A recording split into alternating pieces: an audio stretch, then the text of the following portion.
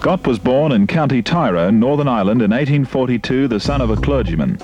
He came to Australia looking for gold and settled in Bacchus Marsh in the late 1860s.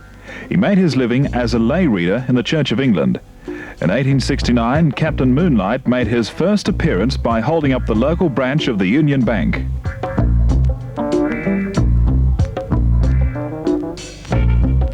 Years later, after some years in jail, Moonlight made his last appearance as a bushranger at Wantabadgery station. The diary of the then owner of the station, Faulkner MacDonald, takes up the story. Saturday, November 15th. Put all the rams to the use today, but the day closed as one of the most eventful of my life. Came home about 8 o'clock, thinking we should have a pleasant evening after our busy time.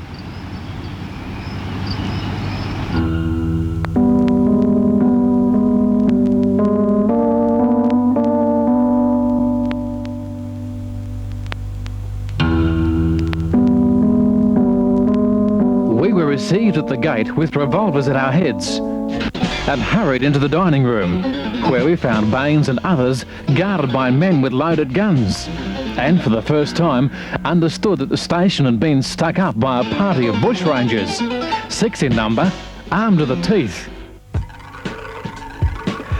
Captain Moonlight invited his guests to be seated and ordered a formal turkey dinner for his gang and their prisoners. He then addressed the captive audience in a mixture of biblical quotations and bloodthirsty threats.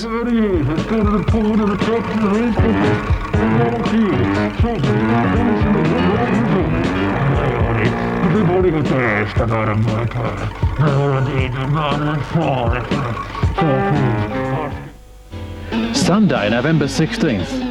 This morning, Baines and I were put into the laundry and the doors thoroughly secured. Claude is out on parole, but the bushrangers have a fearful down upon Baines. In the evening, the captain of the gang took him out to hang him, but providentially they changed their minds and let him go. Monday, November 17th. During the night, the Wagga constables arrived and exchanged some shots with the robbers. We thought the fray had commenced. In the morning, the constables were discovered below the gardener's hut, and the captain and his first lieutenant went after them on foot when the constables took to their heels, leaving their horses hung on the fence. And the bushrangers returned in triumph with the 4 horses.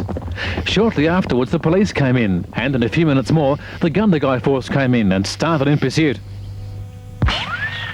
They overtook them at McGlebe's hut, where they stood to give fight. 2 of the bushrangers were shot dead, 3 taken alive. The captain being the notorious Captain Moonlight. One of the constables, Bowen from Gundagai, is dangerously wounded in the neck. Little hope is entertained of his recovery. 3 of the wretches were mere boys, a sad sight to see at such an early age.